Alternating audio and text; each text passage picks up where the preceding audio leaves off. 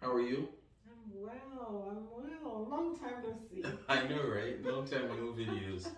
It feels like we haven't done this in a hot minute. Life travels, lots of weddings, your brother's wedding, friend of mine's wedding, which we just came back from.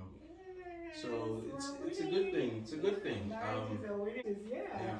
And there's more coming. There's more coming for the rest of the year. It's so excited. So Yes. I'm really excited about that. And I think one of the things that we're going to talk about from last week was conflict resolution. Yeah, no. I think we should really hammer on that because I know that's something that we even encourage newlyweds, right? Right. We always tell them like it's so beautiful when you guys are getting married, but Mm-hmm. marriage, as we know it, has its own entire package. It comes with its own challenges, but how do you overcome those challenges every day? Yeah. So I guess and of course you guys feel free to let us know how you're able to deal with conflicts within your marriage. My whole thing right from the get-go was always picking my battles, right? Mm-hmm. So if you notice, I'm not a very conflict person, and when I do have an issue with something, we talk through it. There's no need for extremely elevated voices or irrational words. No, I mean that's my style. I know you're a little bit different. Tell me about you. Well, I think for me, like how I actually approach conflicts is I know sometimes I probably yell, but I think okay the way that for me I look at conflicts is if I go into any kind of conversations with you, any kind of argument with you, I think the first place where I draw the line is no name callings. Like I feel like for me, calling names is something I cannot live with. So I can't.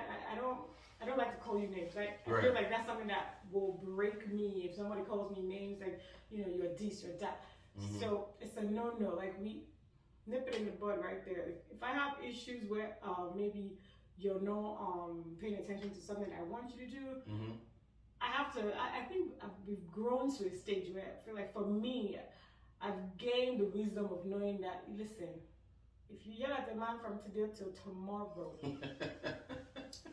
it's not about the year. It's just you have to speak to his spirit in a way that it takes wisdom. Honestly, I used to be very okay. Why you not doing this? Why you not doing this? Or not. It didn't work. It just comes out as you're being disrespectful, and this no man want to be disrespectful like that. So I think for me, it's really just I say, Lord, please give me the right words, and I speak in a way that I'm trying to relate to you. Like, babe, do you think it makes sense to do it this way? Like or do you think this thing that you're looking at when you're coming from this angle, see it the way I'm seeing it? Help me out. I'm trying to now relate to you versus just snapping and yelling and all that. So I mean that's just another thing. And you made a good point because sometimes people don't give themselves enough time to grow into each other. Yes. That's so true. there's a level of grace and understanding that both parties need to share with one another because you're two individuals from two different backgrounds, two different life experiences coming together to form one unit. And another thing I believe really helps couples in conflict resolution is not bringing the outside in. That is true. That is so true. Not bringing the outside in.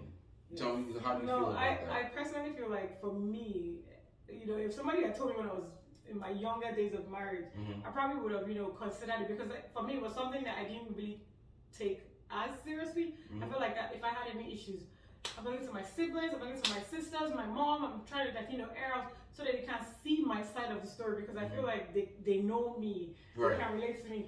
Not realizing that we're the two people that have to live with each other for the rest of our lives, right? So the minute I'm telling somebody else about how you did this, you did that, they're not seeing it from your side. But now when we come in bed and make up and we're good, that person is looking at me like, didn't you just say he did this, he did that?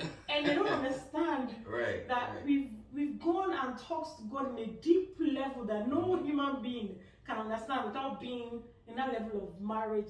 There are always three sides to a story. There's his side, there's her side, and then there's the truth. And a lot of times, even when I'm talking to either my siblings, which are male men for the most part, I have one older sister, but My even sister Jane. right, My sister. but you see, even then, the perspectives, the information that they have is only going to be from me. That's true. You see, so whoever outside of our relationship we're relating to, or telling about our issues or our problems, unless they actually hear your side, and then the truth is an amalgamation of both. But if one side is only being told, you know, there's no full understanding, the full picture. And I think that's why couples, you're better off going to counseling, where both of you are airing out your grievances. You're saying your side, and this person saying their side, so that the third party that is also sitting and listening in is being objective. Because that's why we encourage couples to definitely seek therapy, seek counseling. It will help, especially with a professional, just someone who can really, really just see both sides and help the two of you understand each other better. Right. It's just an objective opinion, and it helps. It really does. I think one of the things that we always go back to is the fact that Pastor AK and PF really, really helped us get to a stage of understanding each other. Yeah. Because that was really our first meaningful counseling that we ever got as married couples. And I think, hey, it has helped me. Absolutely. I look at my husband differently. I put you in my shoes, because I know it's not just about how I see things. This is someone who is seeing things from a different angle. You're a man, I'm a woman. We will not see things the same way. And that's the truth. So, fellas out there who are married or who are looking to get married or who are in meaningful relationships, from a male's point of view, from a man's point of view, be patient, have a little bit of grace when you're dealing with your wife or your significant other, because this is not a sprint, it's a marathon, and seek the necessary guidance that you guys need from people you both admire and respect. In summary, again, for me, like my husband said, pick your battles, know what to pick on, know what to really take as a fight, and also no name callings. I feel like name calling is just somewhere we draw the line. Therapy. Don't go into third party outside and just talking about your issues. Keep it within. And if you need to speak to somebody, let it be an objective third party that is like two of you are going together to the person. It's not just one side of the story. It's both of you sitting down in front of a counselor and just really seeing it objective. That should be at least a good amount of way to hopefully resolve any kind of conflicts. And if you have any questions, if you have any comments, please. Yeah, comments, ideas, anything that you'd like us to discuss, feel free to share in the comments below. Please do subscribe. Subscribe. We are planning to bring out more and more content. And if you're enjoying marriage talks and you're looking to get married, here's the right channel to be. Absolutely. Thank you. Have a good one, guys. See ya. Bye.